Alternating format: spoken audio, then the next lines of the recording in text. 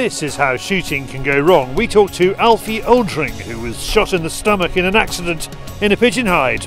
It just wasn't my day to die, that's all you can say. Plus our new reporter Alex finds out what your shooting association insurance actually covers. I am off to sniping school in Wales. There is news, there is hunting YouTube. Welcome to Fieldsports Britain.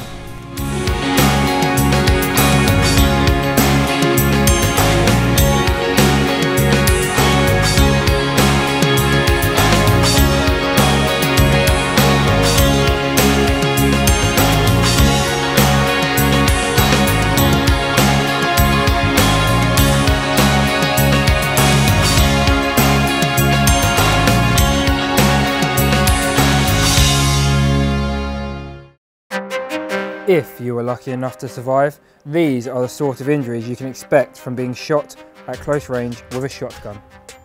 So what's it feel like? It's just like being hit with a sledgehammer. No searing pain, just a really dull ache. We all buy insurance, whether that's for our house or for our car, and just hope that we will be looked after. Alfie Oldring thought the same with his insurance, but was shocked to discover he would have been better off losing his little toe than being shot and losing part of his intestine. Thankfully, shooting accidents are rare. However, when there is an accident, the people involved would like to think they are covered. Experienced shot Alfie was in a pigeon hide when he was shot by a friend. He lost part of his intestine, had 50 pellets removed from his stomach and a stay in intensive care and nearly died. But when reaching for his insurance policy, things weren't as clear as he and his family had hoped. When looking at the small print, the policy's cover isn't for all accidents. It appears more catered for permanent disability such as a loss of an eye or limb. Temporary disability qualifies for minimal payout or nothing at all. It just wasn't my day to die, that's all you can say. The shot was inch perfect not to killing me. Had I died, he would have been arrested for attempted murder until such time as the forensic boys would have been able to prove that it was an accident. We were both insured with one of the association companies. I'd got two insurances, so I thought, okay, well covered. Starting to look at the small print, I found that the accident cover doesn't really embellish all the accidents. Most of it is for permanent disability. Temporary disability is a very, very minimal payout and in most cases doesn't apply. The public liability policy apparently is for negligence, and the solicitors and the legal boys don't actually accept it. It has to be proved as a negligent act from a member to have a claim. If you just have a pure accident, effectively the claim is null and void. We both went there with a current piece of paper covering us for £10 million worth of public liability each, and sadly when we've come to make a claim on that, we've found that it is exactly the opposite. With the legal case still underway, Alfie does not want to say which of the Shooting Association membership packages were meant to be insuring him. We looked at policies from 5 shooting associations. All of them pay out only if you're injured permanently. We asked Basque what their insurance is for. The key aspects of insurance that we need to think about is liability. What that means is if you damage somebody's property, for example, while you're out shooting, you create a liability. You are then liable to pay that third party compensation for the damage that you have caused. And that is exactly what the Basque insurance is there to protect you against. So if somebody does claim that you've damaged their property, we pay the bill. Members should expect from their organisation that organisation will be there to support them if they do have an accident. Members should not expect to have to pay silly levels of excesses. Members should not expect to have to go running off finding other policies that will pay for the damages they've caused. They should expect their organisation to be there for them, to help them, to take the problem away from them. That's what Basque will do. It's important to remember that if you do cause somebody some damage, you are personally liable. That is important to remember. You are personally liable. So if you don't have any insurance cover, you will still have to pay the bill. If it's a broken window, that could be a couple of £100. But what if it's more? Where are you going to get the money from? Basque is not one of the associations that's avoiding paying Alfie. BASC's assurances that it represents members' interests is well and good, but it doesn't help with the insurance company's small print. I went to visit an independent insurance broker. It's personal accident cover, but it's extended to include a weekly benefit. That weekly benefit should be designed for your individual needs, depending on your occupation, your age, what other hobbies you might take part in. Clay pigeon shooting itself, talking to underwriters, would normally be covered as a standard hobby, but other activities that shooters might get involved in would need to be disclosed. Underwriters would then take a view as to what they might do. They may ask for a larger excess period. The associations want their members to avoid big excesses, but Mark Bennett believes they may be skimping on what they pay for insurance for their members. The personal accident cover included within the policies that the association provide is probably costing £1 to £2. That's it. If you're looking to take a standalone personal accident policy, premiums would start around £200 to £250. So there's a significant difference. Basically, if something is cheap, something's normally missing. With the association's policies, there's nothing wrong with them, but it is basic cover only. So if you are off work as a result of a shooting incident, you're not going to receive any benefit. What the broker will do is actually tailor the policy to suit the individual circumstances, so they get exactly what they need, and they actually don't have any surprises if a claim occurs. The implications of this are far-reaching. The best advice? Check your policy carefully. Shooting is incredibly safe, which is why policies are on the cheap side, but you get what you pay for. The solicitors are discussing what's going to happen, which is possibly a year away. If I was a 25-year-old gamekeeper with a wife and 2 young children, I wouldn't have had any money. I wouldn't be entitled to any money for a year.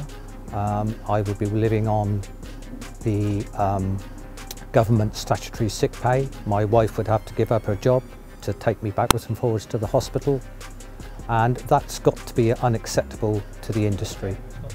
You know, the industry cannot continue without having that sort of cover in place, because that's what we bought the policy for. We have bought it for an accident. We do not need to have to prove that our friend was negligent. We have put together a comparison table of different shooting association insurance packages which show you what you get. Click on the link to see it. Thank you, Alex, a cautionary tale there. Now David's off in Portugal filming a Monteria, so here's Alex again with the Fieldsports Channel news stump.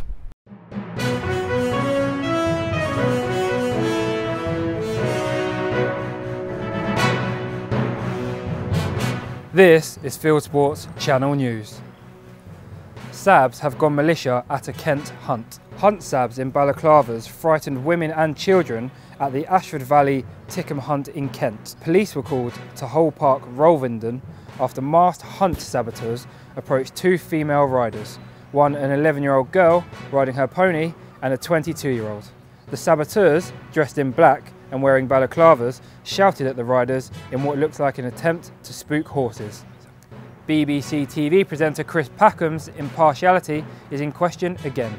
The NFU wants clarification from the BBC about his role after Packham called for a ban on a weed killer. The Springwatch host used Twitter to promote a link that has a petition to ban glyphosate, which is used in Roundup. Our eagle film has proved popular. Our film last week on catching hares with eagles has had more than 1 million views on Facebook. It features new technology which allowed Roy Lupton to mount a camera on the back of an eagle. It is, as many commentators have said, very Lord of the Rings. Thieves shaved a dog and gouged out its microchip to disguise it from its owners. Tina and Graham Denning from Kent feared they'd never see their Cocker Spaniel Isla again. Police found her at a traveller's camp, barely recognisable. The Dennings only knew it was Isla from her unusual gait. Dennings are delighted to have her back. Poachers have been shooting in Dodge City. Bow hunting poachers broke into Dodge City Exotic Hunt and Safari in Kansas and shot several animals, including some kept as pets. The owner, Ryan Enkelking, is offering a $1,000 reward for information, leading to the arrest of the poachers. He estimates the killings will cost him $25,000. And finally, hard cash just got harder for vegans. The new £5 notes contain a kind of animal fat called tallow. Some vegans refuse to handle them. Now the government announces that the new £10 notes released in September 2017 will be the same. The owner of one vegan restaurant that refuses to accept the fivers says she doesn't know what to do about the tenors. That was Fieldsports Channel News. Zooming in on the zeitgeist, putting bullet in bulletin.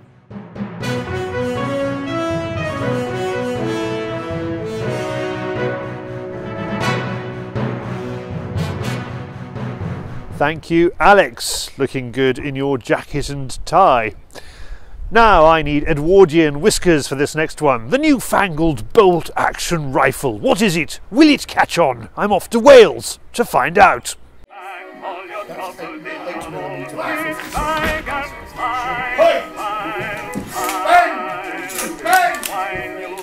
What a horrible shower. Yes, we're back in the trenches. 3 years ago I went to France to see where an ancestor had run the British sniping school during the First World War.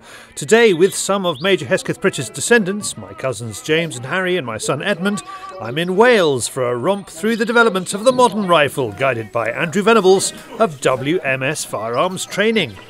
We have a Mosin-Nagant rifle, and the design was perfected in 1891, I believe. And the rifle that you can see was in production from 1891 to 1972. Wow. An industrial production. Including the woods, casing and everything like Yeah. that. Yeah. This hasn't changed since before the First World War.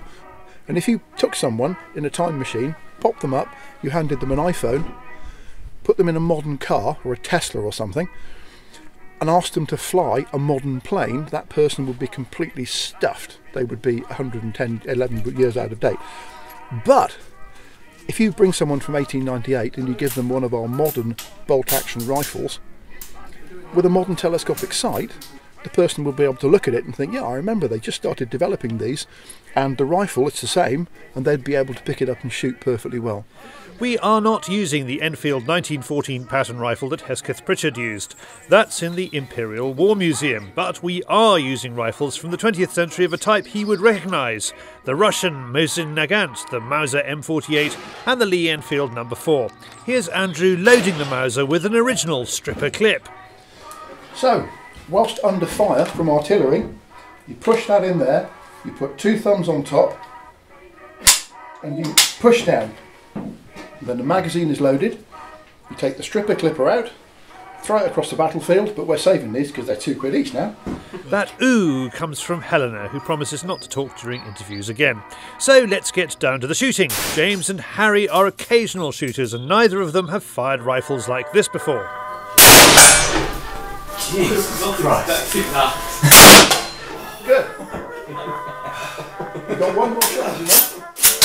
All right. That is loud. Good. So the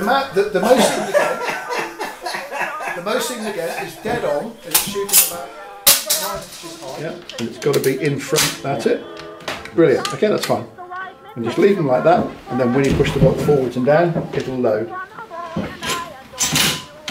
Right. Good.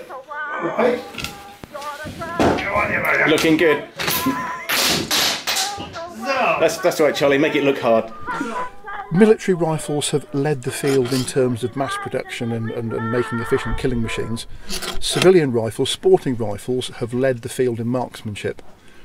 It took Hesketh Pritchard in the First World War to drag the British Army screaming and kicking up from volley fire in formation, and they took people from the stalkers from Scotland, trained them to shoot really well, gave them telescopic sights on the rifles, 0 telescopic sights, and we started shooting back and started to drag back the situation in the trench war, where we were losing horribly to marksmen. When we had the round stuck in that rifle, I was able to actually clear the blockage we had in the rifle. Okay, that's weapon clear. I cleared the blockage we had in the rifle by doing this. You can't do that with modern rifles and get away with it. That concludes the accuracy section of the historic rifle segment, and even though Andrew is quick to cover up the groups, they're not bad at all. Now, we would not be getting our historic rifles experience without a bit of bayonet action. All these old rifles have their original bayonets. The Mosin-Nagant was even regulated by Russian military law to shoot with the bayonet fitted. Bayonet face. Ah! We need your war face, your bayonet face, your kill face. Ah! Oh, yeah! And again. We lost him. It's all a bit of a historical reenactment, isn't it? Here we go then. God, it's quite visceral, really. Advance the target! You bitch, you bitch, you bitch, you bitch, you bitch! To bring us up to date, we shoot a steel Core Cyclone in 308. The first target to get it is Herman's pumpkin head. So if you had to go out and face the enemy today, would you like one of those or one of the old ones? Oh, definitely the old one. It makes much more of a bang. They'll run away if they hear a bang from the other one. The final test is a shootout between a First World War rifle and a modern sniper rifle. It's the Russian Mosin versus the steel Core Cyclone. Andrew calls the targets and James and Harry shoot them. Okay, middle row of targets, far left, figure 11. Middle row, far left, figure 11. Go!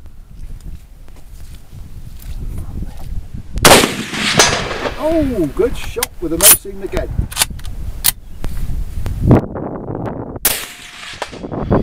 And a good shot. Do you think great-grandfather would have approved of us? He would have approved of the effort. I think we've managed to demonstrate that some of the Pritchard line is still flowing through us, and we're putting our best foot forward. You want them to learn how to shoot quickly and well. If you spend too long on your shot in a service situation, you may end up, I assume, getting shot before you ever got to make your shot. So speed and accuracy are in balance. Is that also true in a sporting situation? From the point of view of deer management, if you just don't get the shot off, well, I guess you don't get supper, you don't get the venison, you don't get the job done, you don't consummate the hunt, as it were. But then again, hunting's about hunting stuff. You don't have to kill things. It's been fun. You are allowed to enjoy shooting. Today we were safe but irreverent. Don't confuse reverence with safety or you will never get to heaven. WMS runs all kinds of shooting days, from historic firearms through sniper experience to long range. All the details in this film's description, which only leaves me to say 1, 2, 1, 2, 3, 4. You are hating Mr. Hitler if you think all England's done. We are the boys who will stop your little game. We are the boys who will make you think again. So who do you think you are kidding, Mr. Hitler, if you think all England's done? From Wales to the wider world of hunting and shooting on YouTube now. It is Hunting YouTube.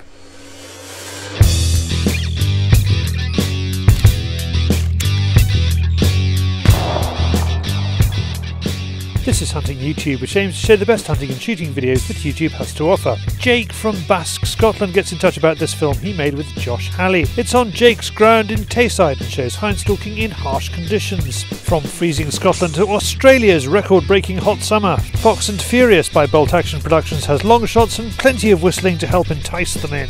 I love the way all the US state wildlife departments have YouTube channels about hunting and fishing. Here is Kentucky Afield out after squirrels with dogs. Squirrel hunting is, as the state government tells you, truly a great way to introduce kids to the outdoors. We are hare hunting with hounds in Italy thanks to Lugari's Hunting Videos hunting channel. This channel is a collection of 25 years of Italian hunting films. Mehmet Ali Köksal is rabbit shooting on sand dunes in Turkey. Lots of action and lots of invocations to Allah, but you can still enjoy it even without speaking Turkish. To Russia, where a channel called literally Hunter's Diary has assembled a series of driven wild boar shots. About every 6 months, American hunting star Pigman dumps a load of episodes on YouTube, and he has done it again. This is one of half a dozen, and in it he is after a bull elk with a bow. And finally, the Fifth Estate from Canada's CBC is like BBC's Panorama or CBS's 60 Minutes. In this episode, presenter Bob McCown tackles hunting and wildlife, including the lady the antis love to hate. That's it for this week. I have put all these films into a playlist for you. Click on the link or go to bit.ly/huntingyoutube378. If you have a YouTube film you would like us to pop into the weekly top 8, email me the link, charlie@fieldsportschannel.tv.